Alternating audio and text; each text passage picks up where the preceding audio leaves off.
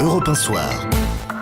Il est 18h51 et dans Europe 1 Soir, on parle emploi, Nicolas Poincaré. Oui, c'est l'heure de la gueule de l'emploi avec David Abecker. Bonsoir David. Bonsoir à vous Nicolas. On parlait à l'instant avec un militant du partage du travail et de la réduction du temps de travail. Vous nous parlez au contraire, vous, de deux entreprises qui s'apprêtent à faire le contraire, c'est-à-dire à demander des sacrifices à leurs salariés. Tu bosses, mais tu auras moins de RTT. Le voilà le sacrifice, c'est exactement l'inverse de ce que prône Paul Laroutourou. C'est pas grave, moins de congés contre du travail. Chez Plastic Omnium, la direction vient de signer avec les organisations syndicales un accord qui stipule, rappelle le Figaro ce matin, la suppression de 3 jours de RTT, le gel des salaires en 2013 et leur revalorisation à hauteur d'un demi-point INSEE en 2014, ainsi que l'arrêt jusqu'en 2015 du versement d'une participation et la tête alouette. En contrepartie, que gagnent les salariés ?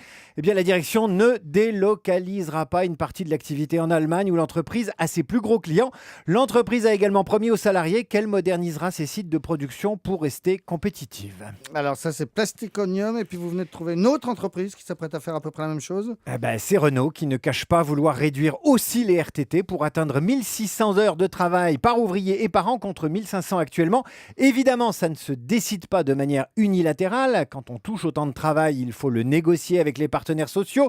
Toute la question est de savoir si, sous couvert de crise, de rentabilité et de concurrence mondiale, on peut troquer un acquis social contre le maintien de l'emploi. C'est tout le problème de ce type d'accord. On demande aux salariés des sacrifices sans contrepartie, si ce n'est la sauvegarde de leur boulot.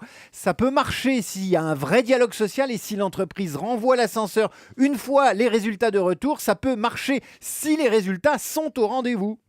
Et ça fait beaucoup de si. Et oui, ça fait beaucoup de si, et ça explique pourquoi les salariés français se méfient de ce genre d'accord. La semaine dernière, un sondage CSA pour Les Échos indiquait que 55% d'entre eux ne trouvent pas justifié d'exiger une baisse de salaire ou de renoncer à des jours de RTT dans l'hypothèse où l'emploi serait menacé. L'entreprise, ou une baisse d'emploi menacerait l'entreprise, autrement dit, les Français refusent de faire de leur salaire et de leur temps de travail une variable d'ajustement pour préserver l'emploi. Vous en conclurez, Nicolas, A, que les Français ne veulent pas faire de sacrifices, B, qu'ils ne sont pas dupes des promesses qu'on leur fait, C, que les acquis sociaux, c'est sacré. Vous cochez la case A, B ou C comme vous voulez, selon vos convictions, Nicolas. Je coche A, B et C. C'est normal, vous vous mouillez pas. Et non, je les garde pour moi, mes convictions en règle générale. David Abecker, Nicolas Canteloup maintenant.